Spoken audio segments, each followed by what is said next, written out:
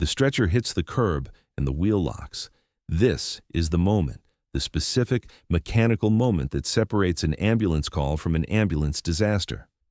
The front left wheel of the stretcher catches the lip of the curb outside a CVS pharmacy in East Nashville, and the wheel locks, and the stretcher stops, and the patient on the stretcher, a woman in her 70s with congestive heart failure and fluid in her lungs and an oxygen saturation of 88%, shifts on the mattress, and the paramedic grabs the rail, and the paramedic's partner grabs the other rail, and the two of them lift the stretcher over the curb with their arms and their backs and their knees and their specific, practiced coordination that comes from doing this 400 times a year on sidewalks and driveways and apartment building stairs that were built before stretchers existed, and that treat the stretcher the way old infrastructure treats new demands, with indifference. The stretcher wheel has been locking since August. It has been reported since August. The report was filed through the Fleet Maintenance Portal, the digital system that tracks every vehicle and every piece of equipment in the fleet and that categorizes maintenance requests by severity: critical, urgent, routine. A locking stretcher wheel is categorized as routine. Routine means it will be addressed in the next maintenance cycle. The next maintenance cycle is whenever the cycle arrives, and the cycle arrives when the budget allows.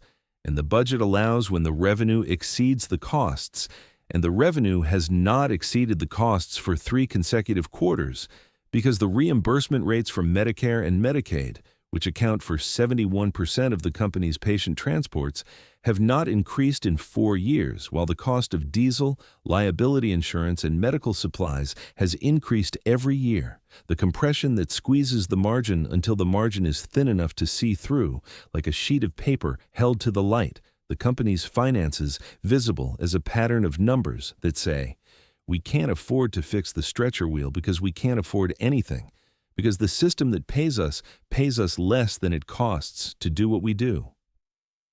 His name is Tatum Wilder. He's 49 years old. He is the CEO of Covenant Emergency Services, a private ambulance company headquartered in Nashville, Tennessee, that operates 87 ambulances across Middle Tennessee, employs 640 people, paramedics, EMTs, dispatchers, mechanics, administrators, and generates $128 million in annual revenue. Covenant is the largest private ambulance provider in the region. Covenant runs approximately 220 calls per day. Covenant has a response time that averages 8 minutes and 42 seconds, which is 14 seconds faster than the national median, and which is the number that Tatum cites at board meetings and investor calls and industry conferences, the number that represents the company's performance, the number that the market sees. The market does not see the stretcher wheel. The market does not see the back of Medic 41. Tatum's father, Vernon, was a paramedic. Not at Covenant, at the Nashville Fire Department for 26 years, from 1979 to 2005. Vernon ran calls in the era before GPS, before electronic patient care reports, before the digitization of emergency medicine that turned the ambulance from a vehicle into a mobile data platform. Vernon ran calls with a Thomas Brothers mapbook on the dashboard and a radio that cut out in the hills east of the Cumberland River, and a stretcher that weighed 112 pounds and that required 2 people to lift because the hydraulic systems that modern stretchers use, the powered lifts, the auto-load mechanisms, didn't exist, and the patient's weight was the paramedic's weight, and the paramedic's back was the shock absorber between the patient and the ground. Vernon's back gave out at 53. 3 herniated discs, L3, L4, L5. The specific cumulative damage of 26 years of lifting patients from floors and beds and bathtubs, and the particular geometry of a human body that has fallen and that cannot rise, and that must be lifted by another human body that bends and reaches and pulls in ways that the spine was not designed for, and that the workers' compensation system reimburses at a rate that does not reflect the cost of a spine that no longer works. Vernon retired on disability. He died at 68, not from the back, but from the heart, the cardiac event that statistics show occurs at elevated rates in first responders and that the industry acknowledges in press releases and ignores in pension calculations. Tatum built Covenant at 31, 3 years after Vernon retired, with a single ambulance, a used Ford E450 that he bought at auction from a rural Tennessee county that was dissolving its EMS service. The ambulance had 162,000 miles on it. The stretcher had a locking wheel. The symbolism was not lost on Tatum, though the symbolism was less interesting than the reality, which was that a locking stretcher wheel on a 162,000-mile ambulance is not poetic. It's a mechanical failure that affects patient care, and the failure should be fixed, and the fix costs $240. And the $240 was the first maintenance expense Tatum ever approved. And he approved it the same day he bought the ambulance because the stretcher is the patient's first contact with the system, and the first contact should not include a wheel that locks on curbs. That was 18 years ago. The company has 87 ambulances now. The stretcher wheel on Medic 41 has been locking since August. It is now January, 5 months. The $240 repair has been in the routine maintenance queue for 5 months because the queue is long and the budget is thin, and the margin is a sheet of paper held to the light, and somewhere between the first ambulance and the 87th ambulance, Tatum stopped approving stretcher wheel repairs on the same day they were reported. The call that brought him here, not the CVS call, the call that brought him to the back of an ambulance, was a phone call from his chief operating officer, a woman named Sable Tierney, who had spent 14 years in EMS operations before moving to administration, and who retained the paramedic's instinct for triage. Assess the patient, identify the chief complaint, treat the most urgent problem first. 13. The turnover rate is 41%, Sable said. 41. National average for private EMS is 32. We're 9 points above. The exit interviews say the same thing. The equipment is failing, the trucks are old, the shifts are too long, and the pay doesn't cover what the job takes from them. They're leaving for fire departments, hospitals, nursing, anything that pays better and breaks less. I can show you the data, or you can ride in the back of a truck and see what the data looks like when it's a person. Tell us in the comments where you're watching from today, because this is the story of a CEO who built an ambulance company to honor his father, and what he found in the back of Medic 41 made him question every decision he'd made since. Monday, 6 a.m. Tatum arrives at Station 9, the Covenant base in East Nashville, a converted auto body shop on Dickerson Boulevard that serves as the deployment point for 6 ambulances covering the east side of Davidson County. The station has a bay that fits 4 ambulances, 2 park outside regardless of weather, a supply room, a bathroom with 1 shower, and a crew room with a couch that has been here since the building was an auto body shop, and that smells like the auto body shop, and that the crews sleep on during the 24-hour shifts that Covenant runs, because 24-hour shifts are standard in private EMS, and standard means nobody questions whether a person should make life or death medical decisions in the 23rd hour of a shift that started before sunrise and that ends after the next sunrise. His badge says, Travis Ward, Paramedic, Probationary. The cover story, he's a newly certified paramedic transferring from a rural service in Putnam County. Only Sable and the medical director, Dr. Abram Novotny, know. Tatum's paramedic certification is real. He maintained it for 18 years, renewing it every 2 years, completing the continuing education, keeping the skills current, the specific discipline of a CEO who never wanted to forget what the back of an ambulance felt like. He hasn't run a call in 6 years. He's about to run 63 calls in 5 days. His partner is Zola Crane. She's 34 years old. She has been a paramedic at Covenant for 7 years. She's the lead medic on Medic 41, the truck with the locking stretcher wheel, the truck that runs the East Nashville zone, the truck that averages 14 calls per 24-hour shift. Zola is 5'6", lean with short-cropped hair and a watch on her left wrist that she checks between calls.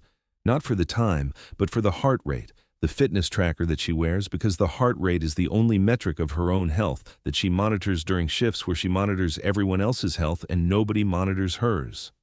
Zola has a system. The system is Check the truck, check the supplies, check the stretcher, check the monitor, check the airway bag, check the drug box. The drug box is the last thing she checks and the first thing she worries about because the drug box contains the medications that save lives, and the medications that save lives have expiration dates, and the expiration dates arrive faster than the supply chain replenishes, and the supply chain replenishes when the purchasing department orders, and the purchasing department orders when the budget allows. Zola became a paramedic because of a phone call. She was 23, finishing a biology degree at Middle Tennessee State, planning for medical school, when her younger brother overdosed in a bathroom at a house party in Murfreesboro. The paramedics who responded, 2 people in a truck from Rutherford County EMS, arrived in 6 minutes. They administered Narcan. Her brother woke up. Her brother sat up and asked what happened, and her brother was alive, because 2 people in a truck had the medication and the training and the 6 minutes that separated overdose from death. Zola dropped the medical school applications. She enrolled in paramedic school the following semester. The biology degree became the foundation for the pharmacology and the anatomy and the clinical reasoning that paramedic school teaches. But the motivation, the reason she gets in the truck every shift, is the phone call. The phone call that could have been a different call. The phone call that was 6 minutes from being the call that changes everything permanently instead of temporarily. Her brother is alive. He is 30. He works at a warehouse in La Vergne. He has been sober for 6 years. He does not know that his overdose is the reason Zola became a paramedic. He does not know that every overdose call she runs, every person on a bathroom floor, every person in a parking lot, every person whose respiratory rate is 4 and whose life depends on the drug box, is, in some synaptic echo, his body on that floor in Murfreesboro. She has never told him. She may never tell him. The motivation is private. The motivation is hers, the way the watch on her wrist is hers, and the heart rate data is hers, and the checking account that she donates to patients' prescriptions is hers. The private costs of the job. Check the Narcan, she says, handing Tatum the drug box. We go through it fast in East Nashville. Tatum opens the box. Narcan, naloxone, the opioid reversal medication, the drug that brings people back from overdoses, the drug that is the difference between a patient who dies on the floor and a patient who sits up and asks what happened. The box should contain 6 doses. It contains 3. We're short? We've been short since October. Supply can't keep up with the call volume. The zone runs 4 to 6 overdose calls per shift. Each call uses 1 to 2 doses. 6 doses lasts 1 shift if it's a good day. 3 doses lasts half a shift. When we run out, we radio dispatch and they send a unit from another zone with doses, but the other zone's unit is 20 minutes away, and 20 minutes is the difference between a reversal and a body bag. Why don't they order more? Zola looks at him. The look is the look of a person who has asked this question up the chain of command and who has received answers that are not answers but explanations. Explanations about budget constraints and formulary negotiations and bulk purchasing timelines and the specific bureaucratic language that organizations use to explain why the thing that saves lives is not available in the quantity that saving lives requires. They order what the budget allows. The budget allows 6 per truck per cycle. The cycle is weekly. The zone uses 40 per week. We have 6 trucks in the zone. 6 times 6 is 36. 36 doses for 40 overdoses. The math doesn't work. The math has never worked. The math was set 3 years ago when the zone averaged 22 overdoses per week, and nobody updated the math when the overdoses doubled. She closes the drug box. Welcome to Medic 41. If this story has touched your heart, take a moment to share it and subscribe to Untold Hearts, because sometimes the person who saves your life doesn't have the tools to do it.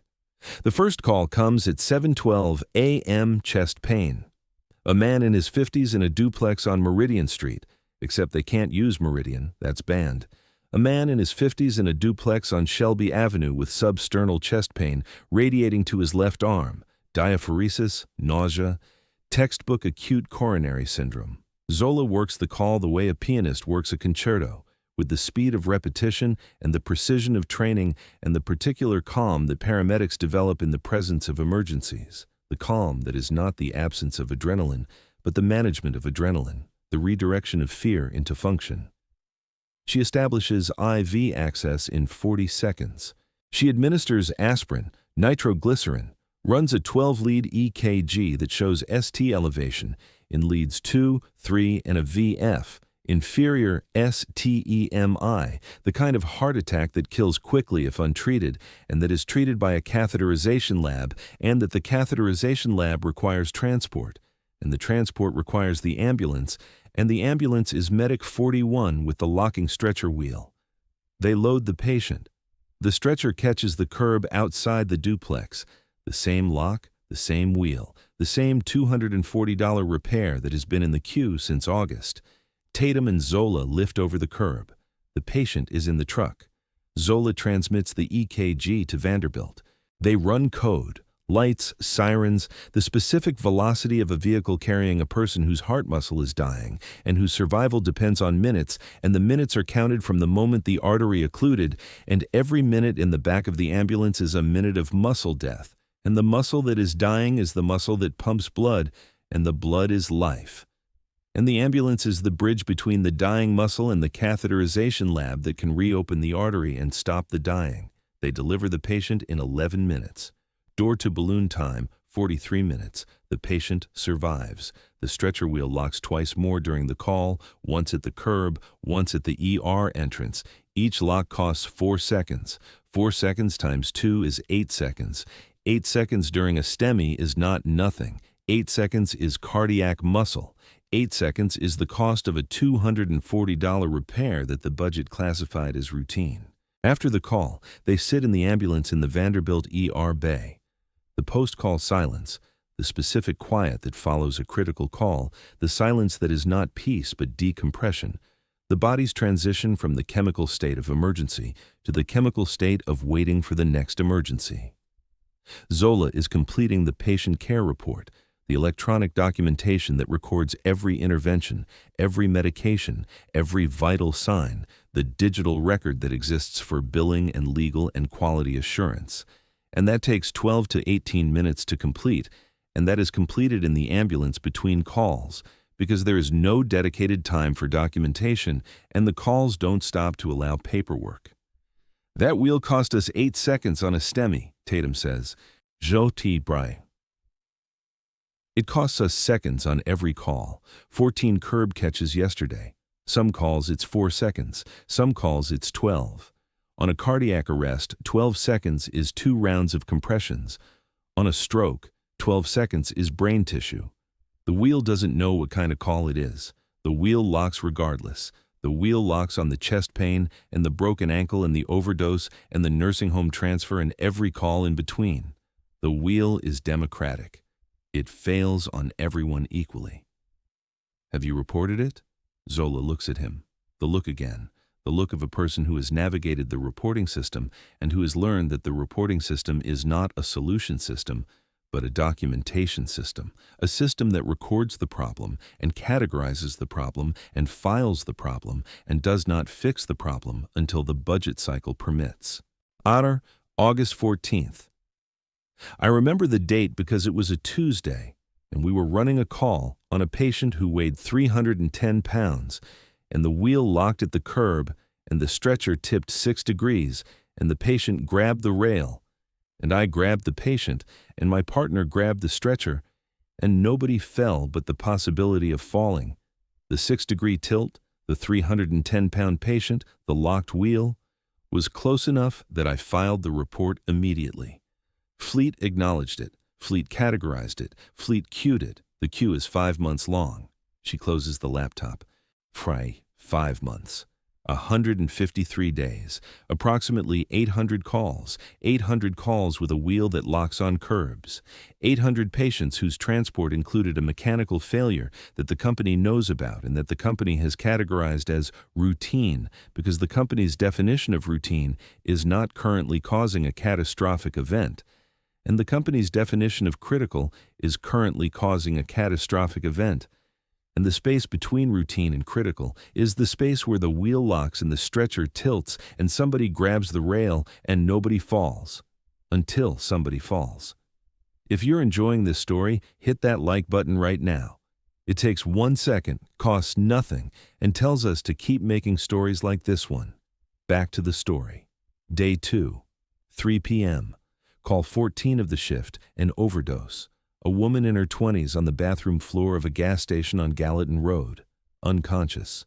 Respiratory rate of 4 breaths per minute, the shallow, inadequate breathing of a body that has been chemically suppressed by opioids and that is sliding toward respiratory arrest and that will arrive at respiratory arrest in minutes if the opioid is not reversed. The gas station manager is standing outside the bathroom door. The manager called 911 4 minutes ago.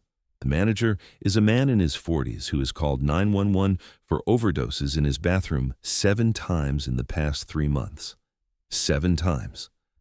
The bathroom at a gas station on Gallatin Road is not a healthcare facility. The bathroom is a single room with a lock and a toilet and a sink and the privacy that a locked door provides. And the privacy is the thing that makes the bathroom useful for a person who needs to use drugs without being observed, and the thing that makes the bathroom dangerous. For a person who uses drugs and loses consciousness, and whose body is discovered only when the manager checks. Because the bathroom has been occupied for 20 minutes, and 20 minutes is the threshold that the manager has developed through experience. 20 minutes means unconscious. 20 minutes means 911. 20 minutes is the number that the manager knows the way Zola knows the stretcher wheel and Tatum knows the quarterly report. Zola checks the drug box, 2 doses of Narcan remaining. They started the shift with 3. They used one on a call at 11 a.m. A man in a parking lot reversed with a single dose, transported. 2 left, 2 doses for this patient and whatever comes next. She kneels beside the woman. The bathroom floor is wet. The floor is always wet in gas station bathrooms. The specific dampness of a room that is cleaned with a mop and a bucket and that never fully dries because the ventilation is a fan that doesn't work and the foot traffic is constant.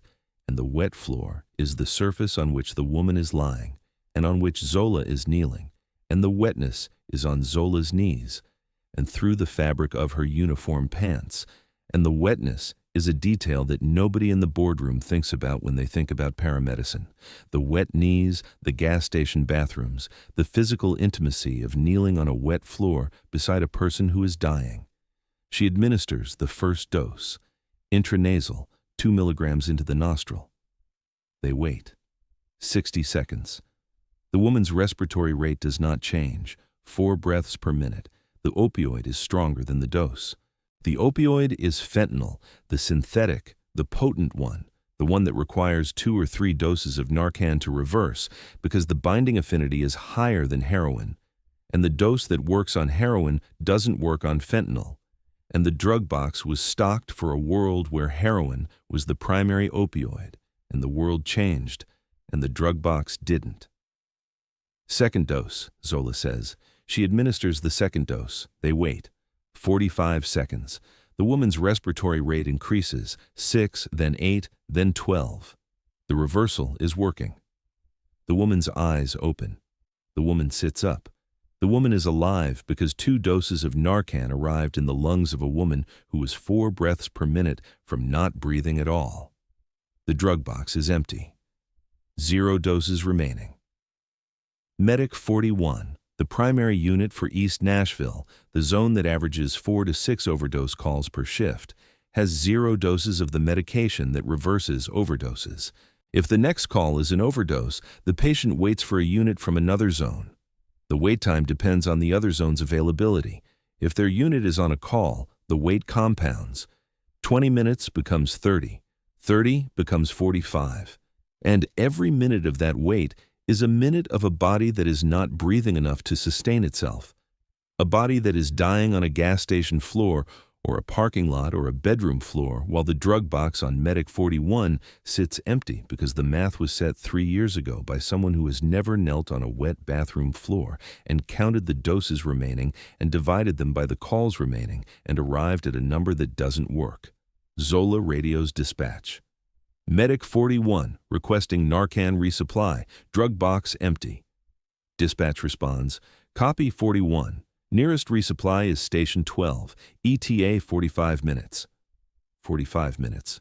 Because the unit from the other zone is on a call, and the resupply from the station requires a supervisor to sign for controlled substances, and the supervisor is on a call, and the calls don't stop, and the resupply doesn't arrive, and the drug box stays empty, and the zone stays covered by a truck that cannot reverse an overdose. Tatum sits in the captain's chair. He sits with the drug box open on the bench beside him. The empty box, the empty compartments, the Narcan slots that held 6 doses 24 hours ago, and that now hold nothing. He thinks about Vernon. He thinks about Vernon's back, the 3 herniated discs, the cumulative damage. Vernon's back was the stretcher wheel. Vernon's back was the thing that the system used and broke and categorized as routine. The stretcher wheel is the back is, the drug box is the debit card. Different objects, same physics. The system generates demands that exceed its resources, and the excess is absorbed by the thing closest to the point of failure. The closest thing is always the person. The stretcher wheel breaks, the back breaks, the drug box empties, the paramedic pays, the system continues. Day 3, the pharmacy. The call comes at 9 p.m. A man, 60s, diabetic, blood sugar of 412. The medics stabilize him. Insulin administration, IV fluids, transport to Summit Medical Center. The patient is treated and discharged at midnight with a prescription for insulin syringes and a 30-day supply of metformin. The discharge instructions say, fill prescriptions at pharmacy. Follow up with primary care in 48 hours. The patient is standing in the ER parking lot. Medic 41 is returning to service. Zola and Tatum are in the ambulance, completing the electronic patient care report when they see the man. He is standing at the curb. He is holding the discharge paperwork. He's not moving. Zola gets out. Sir, are you waiting for a ride? I don't have a ride. I took the bus here. The bus doesn't run after 11. Do you have someone we can call? No. How are you getting your prescriptions filled? The man looks at the paperwork. The paperwork contains prescriptions that his body needs to survive. Insulin syringes and metformin, the medications that manage diabetes and that prevent the blood sugar spikes that send him to the ER, and that will send him to the ER again if the prescriptions are not filled and the medications are not taken and the diabetes is not managed. The CVS on Gallatin opens at 7. I'll walk there in the morning. What's the copay? I don't have insurance. How much is metformin without insurance? I don't know. $12, $15 maybe? The syringes are more? 30, 40? You have the money? The man doesn't answer. The not answering is the answer. The not answering is the specific silence of a person who does not have $45 for the medications that keep his blood sugar from reaching 412 again, and that keep him out of the ambulance, and that keep Medic 41 from running the same call for the same patient in the same zone because the patient could not fill the prescription, because the prescription costs $45, and $45 is the distance between managed diabetes and a 911 call. Zola reaches into her back pocket. She pulls out her wallet. She opens the wallet and takes out a debit card. Her personal debit card, the card attached to her checking account, the account that contains the balance of a paramedic who earns $19.40 per hour and who works 24-hour shifts and who has been at Covenant for 7 years. There's a Walgreens on Main that's open 24 hours. I'll call you a cab. Use this for the prescriptions. She holds out the card. Tatum stares. He stares at the card the way he stared at the stretcher wheel the first time it locked, with the recognition that the thing he's seeing is not an anomaly, but a system, a pattern, a structural failure that manifests as individual acts of compensation. The stretcher wheel locks because the maintenance budget is thin. The drug box runs empty because the supply math is 3 years old. And the paramedic pays for the patient's medication because the gap between discharge and prescription, the gap that the healthcare system creates and that nobody in the healthcare system owns, is a gap that the paramedic fills with her own money, because the paramedic is the last person who sees the patient, and the last person is the person who sees the gap. You do this often? Tatum asks after the cab has taken the man to Walgreens, after the card has been given, after the gap has been filled with $19.40 per hour money. When it's necessary. How often is it necessary? A couple times a month, sometimes more. the frequent flyers, the diabetics, the CHF patients, the COPD patients. They come back because they can't fill the prescriptions. They come back because the discharge instructions say, fill at pharmacy, and the pharmacy costs money and the money isn't there, so they don't fill. And the blood sugar spikes, and the fluid builds, and they call 911, and we run the call. And the ER treats them, and the ER discharges them, and the cycle repeats. The cycle repeats because the cycle has a gap, and the gap is $45, and nobody in the system is responsible for the $45. How much do you spend? I don't count it. I don't want to know the number. The number would make me angry, and I can't be angry on calls. I need the anger to stay in the checking account where it belongs. Zola. It's fine. It's what you do. You're the last person who sees them. You're the last face. You hand them the paperwork and they stand in the parking lot and they have nowhere to go and no way to fill the prescription and no ride home and you're the last face. And the last face can either turn away or hand over the card. I hand over the card. If Untold Hearts has become part of your week, consider joining the channel membership. A few dollars a month keeps these stories coming. Links are in the description. Now, back to the story. Day 5. The reveal. Tatum has run 63 calls in 5 days. He has watched the stretcher wheel lock on 14 curbs. He has watched the drug box run empty twice. He has watched Zola give her debit card to a patient in a parking lot. He has watched the crew sleep on a couch that smells like an auto body shop, in a station that used to be an auto body shop. He has watched paramedics eat cold meals from Tupperware containers because the station doesn't have a microwave. The microwave broke in September and the replacement is in the purchasing queue, and the purchasing queue is behind the supply orders, and the supply orders are behind the drug replenishment, and everything is behind everything because the budget is a sheet of paper held to the light. He tells Zola at 6 a.m. on Friday in the bay next to Medic 41 with the locking stretcher wheel between them. The bay is quiet at 6 a.m. The morning crew hasn't arrived. The night crew, the crew that ran, calls from 6 p.m. to 6 a.m., 12 hours, 8 calls, 2 overdoses, 1 cardiac arrest that didn't make it, has gone home. The bay smells like diesel and disinfectant, the particular combination that every ambulance station shares, the smell that paramedics stop noticing after the first month and that visitors notice immediately, and that exists as the olfactory baseline of a building where vehicles that save lives are stored and maintained and launched. Zola is doing her end-of-shift ritual.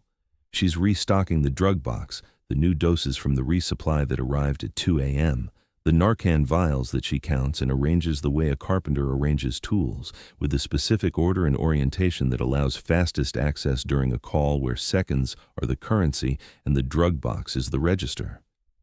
She is tired. The tiredness is visible in the way she moves, slower than the beginning of the shift, the deceleration that 24 hours of intermittent sleep and constant readiness produces in the human body. She is not impaired. She is depleted. The distinction matters in paramedicine.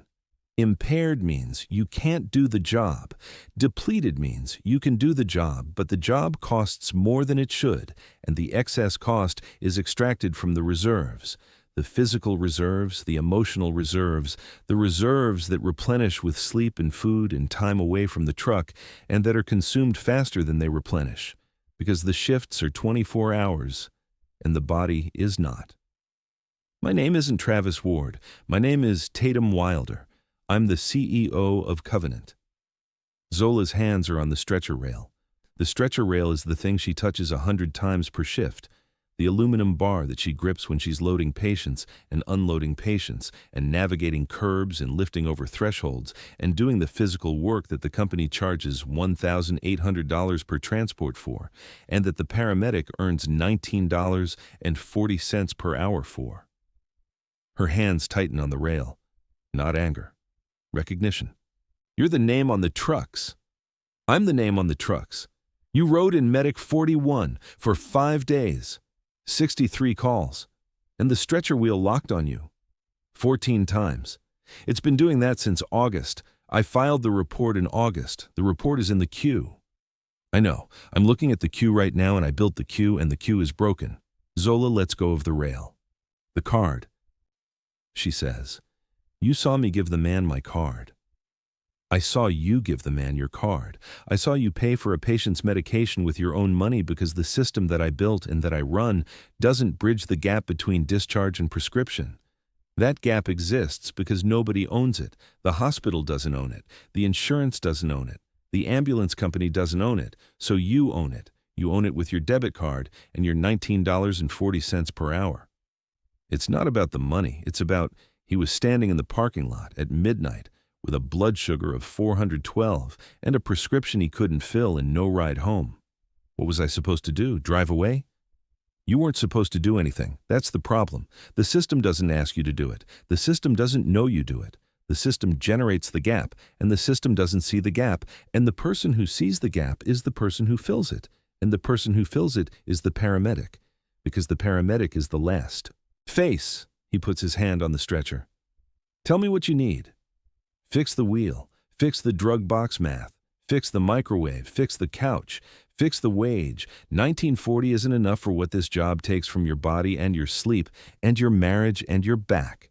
Fix the station, fix the trucks, fix the stretcher, fix the queue that puts a $240 wheel repair behind a 5-month wait.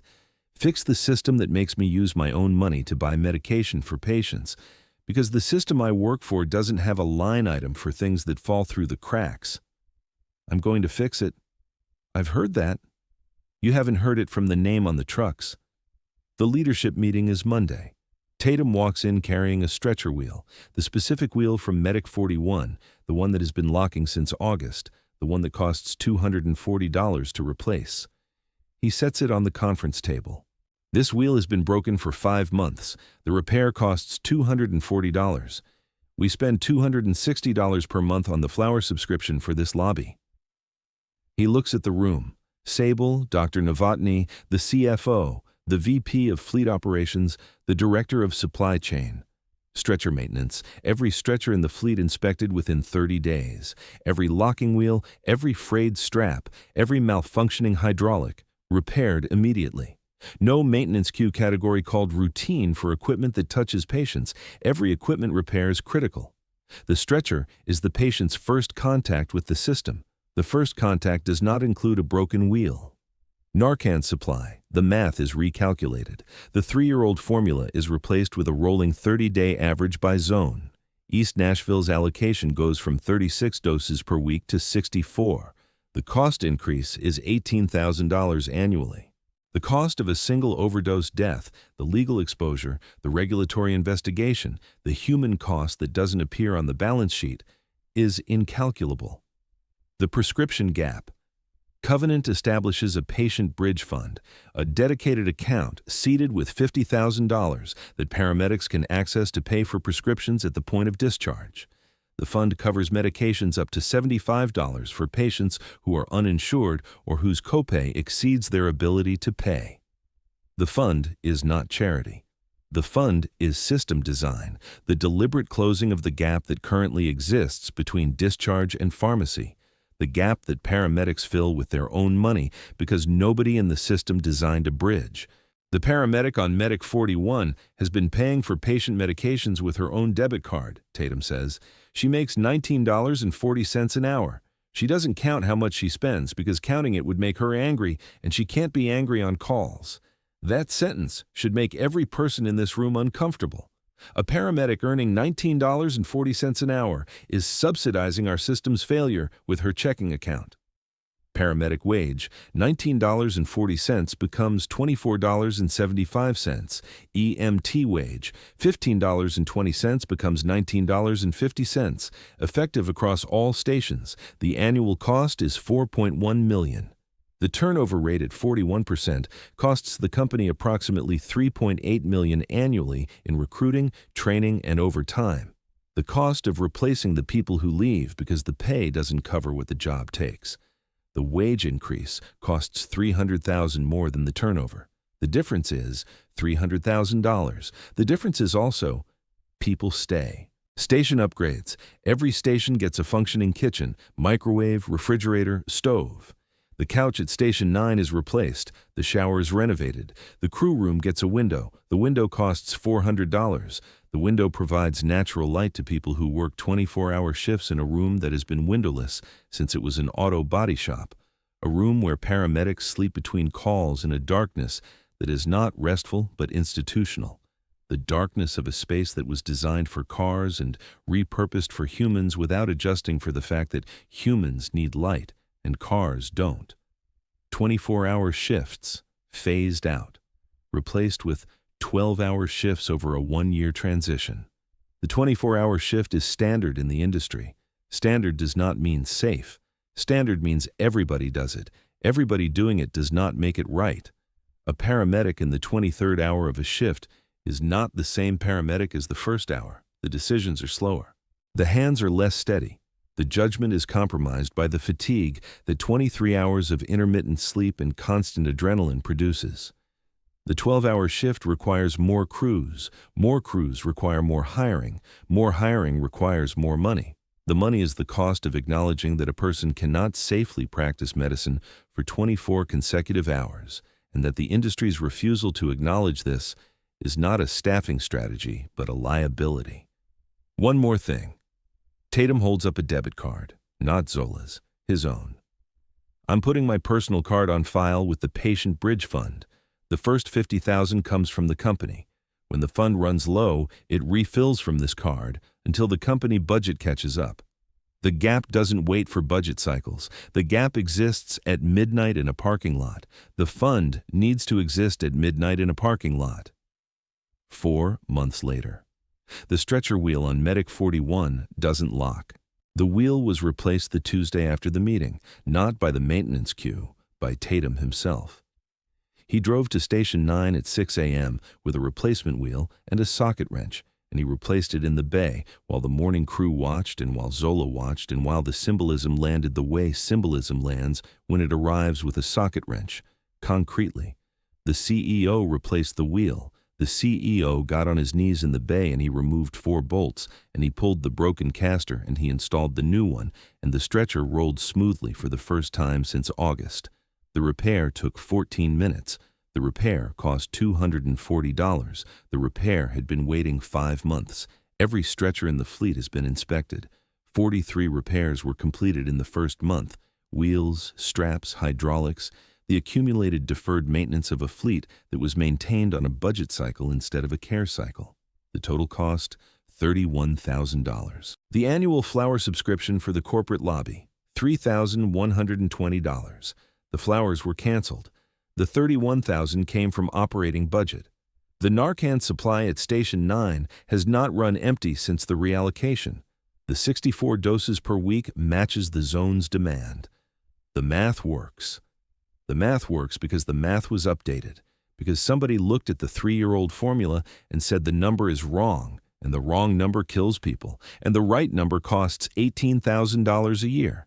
And $18,000 is less than 1 wrongful death lawsuit and infinitely less than 1 preventable death. The Patient Bridge Fund has disbursed $11,000 in 4 months, 247 prescriptions filled, 247 patients who left the ER with medication in their hands instead of paperwork in their pockets.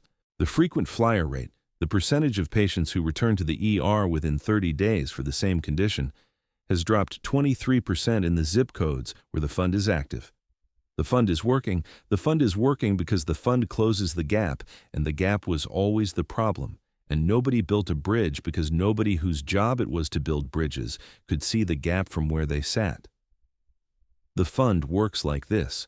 When a paramedic delivers a patient to the ER and the patient is discharged with prescriptions, the paramedic, or the ER social worker, or the discharge nurse, can authorize the bridge fund to cover the pharmacy cost. The authorization takes 90 seconds. The patient goes to the pharmacy. The pharmacy bills the fund. The patient gets the medication. The medication manages the condition. The condition doesn't escalate. The 911 call doesn't happen. The ambulance doesn't roll. The system saves the cost of the ambulance transport, $1,800, by spending the cost of the prescription, $43. The ratio is 41 to 1. For every dollar the bridge fund spends, the system saves $41 in avoided transports. The math is so obvious that the only explanation for why it didn't exist before is that nobody looked. Nobody looked at the parking lot at midnight. Nobody looked at the man with the discharge paperwork, and no ride and no money and no bridge between the hospital door and the pharmacy counter.